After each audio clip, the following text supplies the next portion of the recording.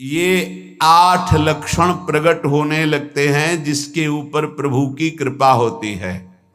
पहला, घोर अपराध करने वाले के प्रति भी दया की भावना, शांति पहला लक्षण है। भाव में भी पहले शांत भाव है। हमारे ऊपर श्री हरिजू की कृपा है, इसकी पहचान ये 8 लक्षण। पहला, शांति, अर्थात घोर अपराधी के प्रति भी गुस्सा ना क्षमा करना, ये हरि की कृपा का लक्षण है।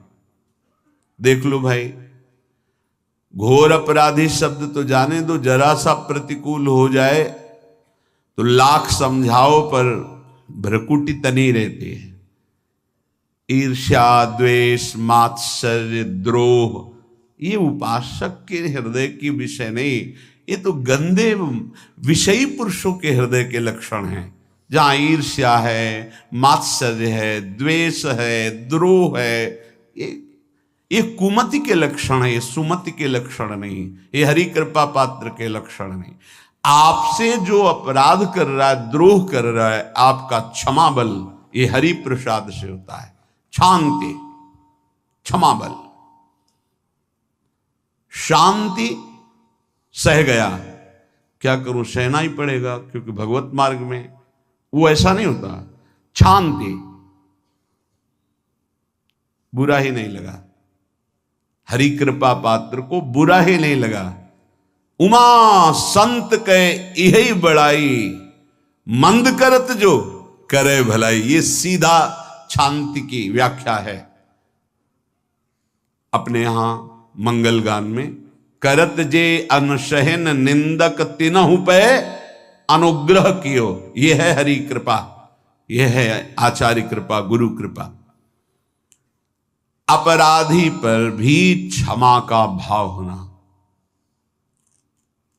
भला ऐसा है, अपराधी पर भी क्षमा का भाव होना, ये हरि कृपा पात्र में ही होगा, अन्य में नहीं। तो अगर अपने हृदय में ऐसा लगे कि ऐसा नहीं है तो हरिजू से प्रार्थना करनी चाहिए कि कृपा करो, मेरे में सामर्थ्य आवे। दूसरा, अनुसूया, वो किसी भी के प्रति कभी भी कोई दोष दर्शन ही नहीं करेगा। दोष कथन, दोष श्रवण की तो बात जाने दो। अनुसूया, दूसरों के गुणों में दोष ढूंढना, ये नहीं होता। हरि कृपा पात्र में ये नहीं था। ये सब भजन के नाश करने वाले, जैसे पहला अपराधी पर क्रोध कर देना, तो माया ने भेजा इसीलिए था कि तुम्हारे साथ व्यवहार ऐसा करे कि तुम क्रोध करो, क्रोध करोगे तुम्हारी ऊर्जा शक्ति नष्ट हो जाएगी, अध्यात्म में जो चलने की थी, और कहीं तुमने संकल्प कर लिया तो भजन शक्ति नष्ट हो जाएगी। तो अगर भजन बल है तो गया, जरूर उसको दंड मिलेगा, पक्का मिलेगा, 100% मिलेगा, लेकिन आप खाली हो गए। ना भजन करने की वृत्ति रहेगी और ना भजन रहेगा, दोनों बात। अनुसूया, किसी के सद्गुणों में दोष देखना, गुणों में दोष ढूंढना, ये हरि कृपा पात्र में नहीं होता। ये बहुत मंगलमयी बातें हैं जिससे हमारा भजन मार्ग पुष्ट होता है। तीसरा, वो बाहर से और भीतर से पवित्र रहता है, हरि कृपा पात्र। शौचाचार का ज्ञान होना चाहिए, वस्त्र आपके पवित्र होने चाहिए, ये बाहरी, जल रज आदि के द्वारा बाहरी पवित्रता, और निष्कपटता, निश्चलता, सत्य भाव, ये अंदर की पवित्रता है। अगर कपट है, छल है, असत्य है तो हृदय मलिन रहता है। भीतर और बाहर से पवित्र रहना, इसमें खास बात क्या है भीतर और बाहर से पवित्र रहने में? भीतर और बाहर से सदैव पवित्र कौन रह सकता है?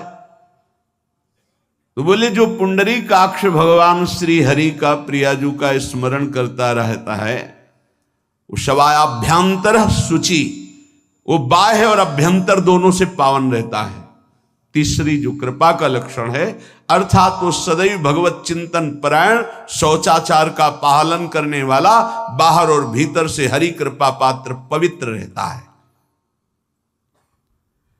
लघु शंका में जल पात्र में रखा जाता है, जनेंद्रिय को पवित्र किया जाता है, फिर हाथ रज से धो के, फिर कुल्ला करके, आचमन करके, पैर धोकर, ऐसे पवित्र आचरण, ऐसे पशुवत व्यवहार ठीक नहीं। कुछ लोग ऐसी गलती करते हैं कि जिसमें शौच हुआ जाता है उसी में बैठकर लघु शंका करते, तो सारे वस्त्र, पूरा शरीर अपवित्र हो गया आपका। अब तो अटैच बाथरूम की व्यवस्था माया ने कर दी है। हमें लगता है कि शौचालय अलग होना चाहिए और स्नान गृह अलग होना चाहिए, थोड़ा ही चाहे भेद हो पर अंतराय होना चाहिए पवित्रता के लिए। अब ये शौचालय है, यही स्नान करना है, यही लघु शंका करनी है, तो पवित्रता का निर्वाह नहीं हो पाता। यदि जिस उस जगह आप शौच करते हैं, जो बैठकर उसी पे बैठ के लघु शंका करते हैं, तो आपको पूरा वस्त्र सहित स्नान करना चाहिए पवित्रता के, तभी बुद्धि भ्रष्ट हो जाती है। आपको मंत्र का निरंतर चलना ये कठिन पड़ जाएगा। पवित्रता का निर्वाह करो। देह राग मिटने के बाद एक स्थिति आती है, अवधूत स्थिति, उसमें फिर शरीर की पवित्रता का कोई संबंध नहीं रह जाता। पर अभी तो संबंध है ना देह भाव से, तो बहुत होश से लघु शंका ऐसे करें कि आपके पैरों में, वस्त्रों में छिट्टी ना पड़े, पवित्र रहें। हर समय हमें पवित्र मंत्र जपना है, नाम जपना है, श्री की सेवा में रहना है। बहुत जल्दीबाजी खड़े खड़े लघु शंका की, छिट्टियाँ पड़ रही, बस ऐसे चल दिए, वो पशुवत आचरण भगवत मार्ग में नहीं चल पाओगे। वो अंदर तुम्हारे व्याकुलता पैदा करता रहेगा, भोगों की, संसार की। शौचाचार का बहुत बड़ा फल है, शरीर राग छूट जाएगा। ये बात समझ लो, शरीर राग छूट जाएगा। शरीर संबंधी पवित्रता शरीर राग छुड़ा देती है, आंतरिक रहस्य है ये।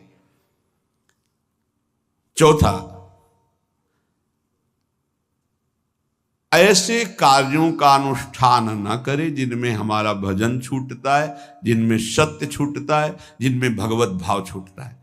जैसे आपके ऊपर कृपा हुई, आप भगवत मार्ग में चल रहे हैं, अब आप ऐसे संसारिक कार्यों का अनुष्ठान कर रहे हैं जिनमें आपकी चित्त वृत्ति बिल्कुल भगवत विमुख हो रही, तो जीवन का लाभ क्या होगा? लाभ तो है भगवत स्मरण सहित। इसी की मानो टीका है, छठदम शील बिरत बहु कर्मा, निरत निरंतर सज्जन धर्मा। शीलवान और ऐसे कर्मों से विरत जिनसे भगवत विस्मरण होता है, जो सज्जन पुरुषों के द्वारा धर्मानुष्ठान होते हुए उन्हीं का अनुष्ठान, ऐसे कर्मों में ना जाए जिससे भगवत विस्मरण होता है। जैसे कल एक ने प्रश्न किया कि मैं खाता तो नहीं हूं लेकिन मांस की दुकान में मांस बेचता हूं, होटल आदमी, क्या उचित है? ये उचित कैसे हो सकता है? तुम और भी तो व्यापार कर सकते हो। जरूरी है धर्म का पालन करने की इच्छा करते हो, धर्म आचरण करते हो, ऐसा नहीं। तो विरत बहुकर्मा, उन कर्मों से हमें विरत रहना है जो हमारे धर्म के विरुद्ध है, जो भजन के विरुद्ध है। हरि कृपा पात्र ऐसे कर्मों का अनुष्ठान कर ही नहीं सकता। और शारीरिक श्रम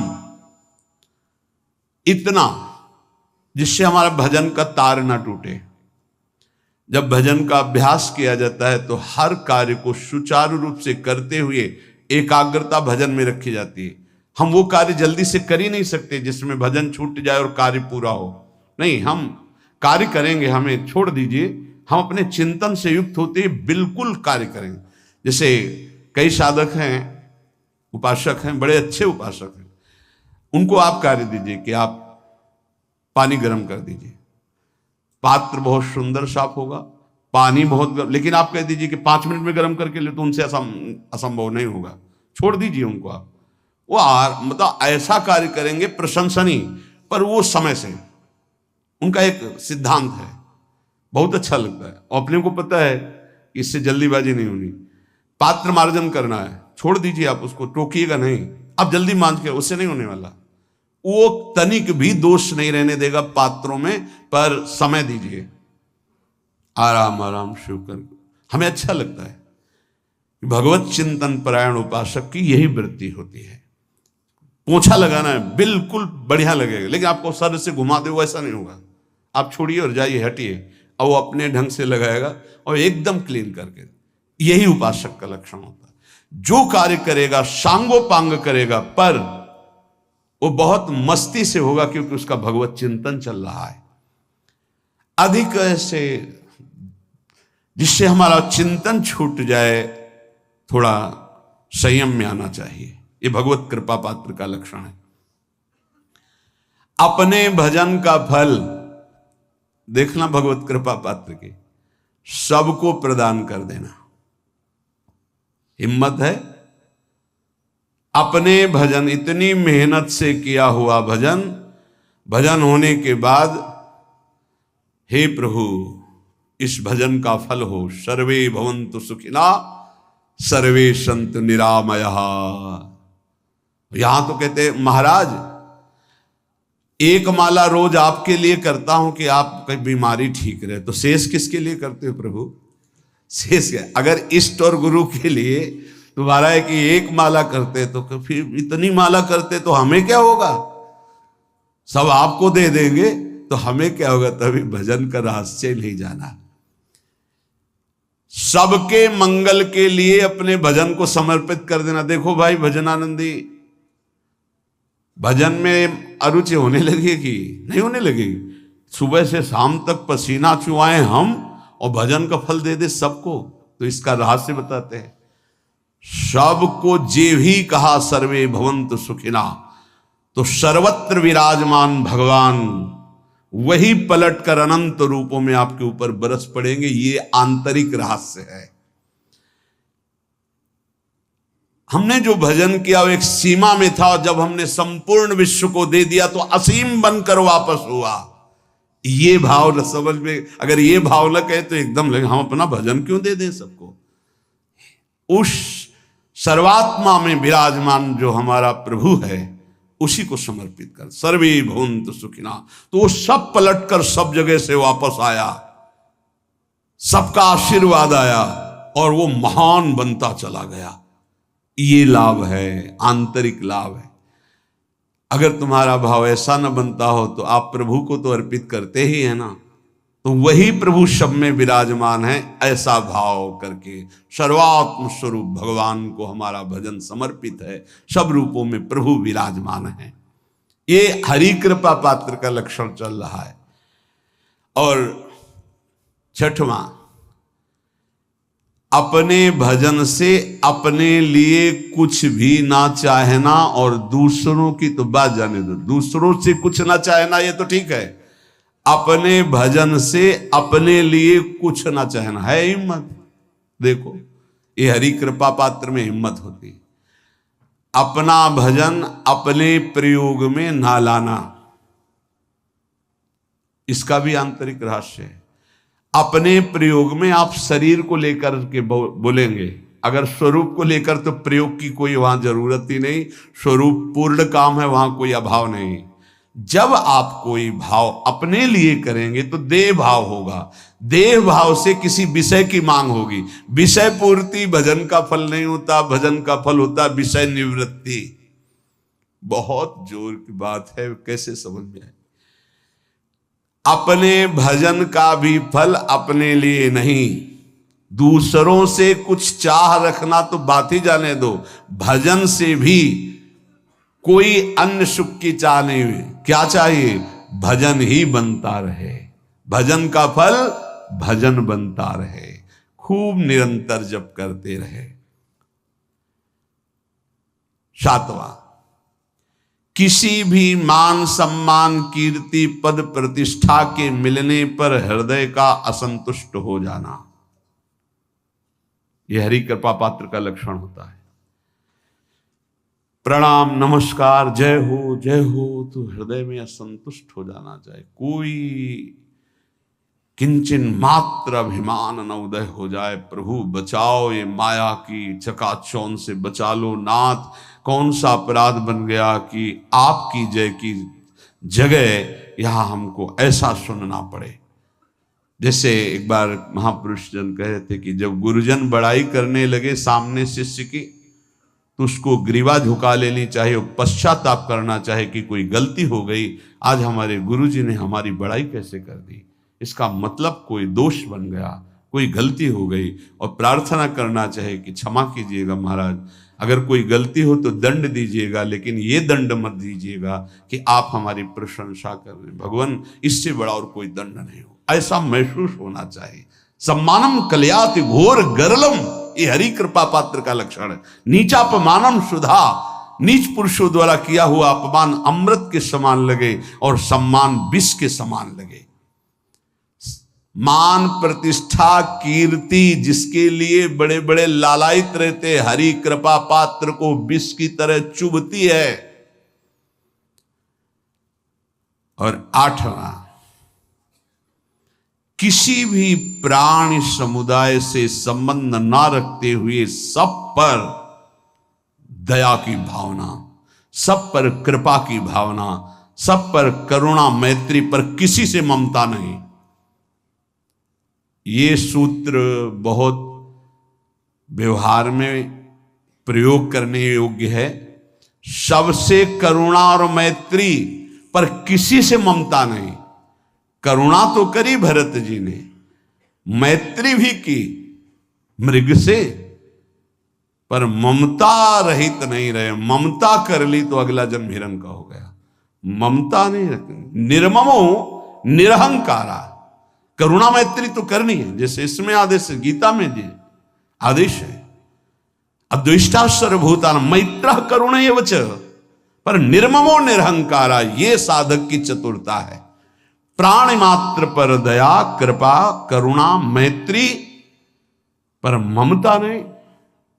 ममता किसी से, और यहां करुणा मैत्री ये तो गायब हो गई, केवल ममता रह गई है।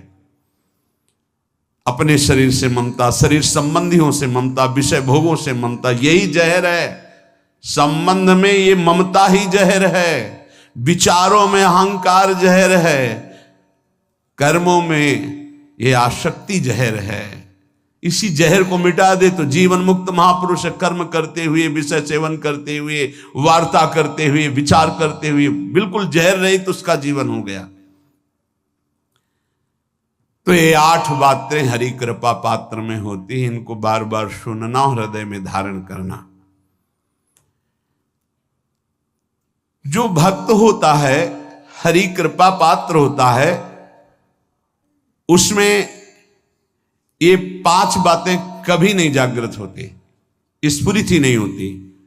पहला, किसी से ईर्ष्या, दूसरा किसी से घृणा, तीसरा किसी से भयभीत हो जाना, चौथा भजन सेवन नृत्य गायन आदि में लज्जा लगना, पांचवा किसी की निंदा करना, ये नहीं होती।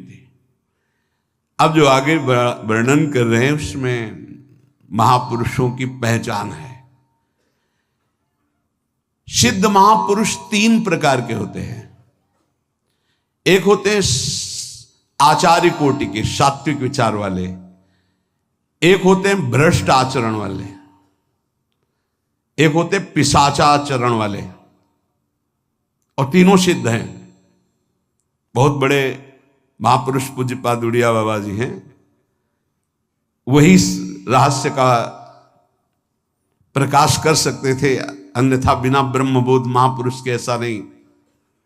तीनों सिद्ध हैं, तीनों भगवत प्राप्त है।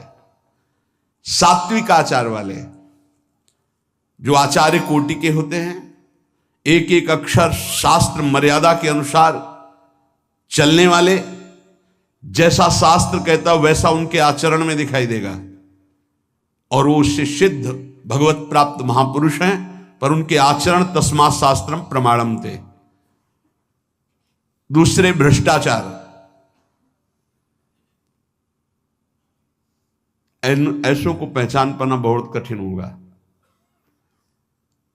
भेष मलिन, आचरण मलिन,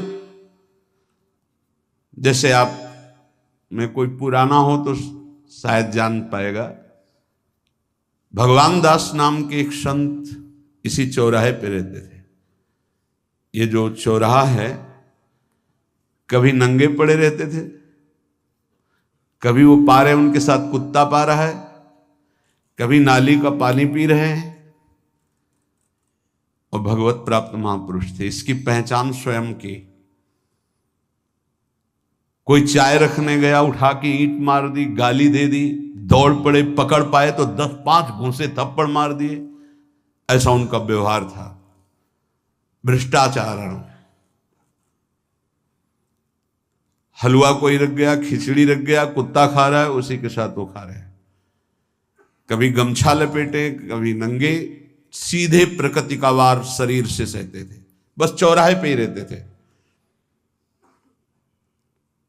बहुत अगर गए तो ये राधा टीला है, बस इतना ही उनका था। राधा टीला से इधर, और इधर थोड़ा चढ़ाई जो है जहां पूज्य श्री चंद्रशेखर बाबा जी वास करते, उसके इधर, मतलब चौराहे के बस इतने में ही रहते थे 12 महीना, 20 साल उनको देखा। तो जब काशी से आए हुए थे तो उनको देखा तो उनकी दृष्टि से लगा कि ये स्थिति प्रज्ञ महापुरुष हैं, पर अपने को छुपाए हुए ऐसी लीला करें। पर उनके कुछ ऐसे आचरण थे जिनसे लगा कि इनकी, हमें लगता है, बुद्धि खराब है क्या, मतलब पागलपन का दौड़ा है क्या ऐसे। राधा रमन जी दर्शन करने गए तो जो पुंडरीक जी हैं इनके बाबा, वो उस समय थे, उनके पुत्र जो पुंडरीक जी के पिताजी, वो उनके सहयोग में, तो करुणा कृपा हुई उनकी, उन्होंने देखा। वो तो बाद में परिचय जाना उनका, हमें पता नहीं, तो बाद में परिचय। वो पीत वस्त्र धारण किए हुए वयोवृद्ध एकदम डलिया लाए, राधा रमन जी को निकाल करके अपने को प्रसाद मिला। तो सीधे राधा रमन जी की कृपा का अवलोकन करते हैं और परिक्रमा लगाना। एकदम संकल्प बना, कमंडल में 2 कुलिया रखी, ढक्कन से ऐसे ढक के, और बस मन में आया कि अगर वो बाबा हमसे आते हैं, हमारे कमंडल से कुलिया, सत्य, परम सत्य, कुलिया लेते हैं और पाते हैं और फिर रख के चल देते, तो मैं मान जाऊंगा कि प्रभु ये आपके धाम के सिद्ध महापुरुष हैं, आए हुए थे हम काशी से ऐसे। क्योंकि काशी में ऐसी लीलाएं देखी थी बड़े अद्भुत कोटि के महापुरुषों को।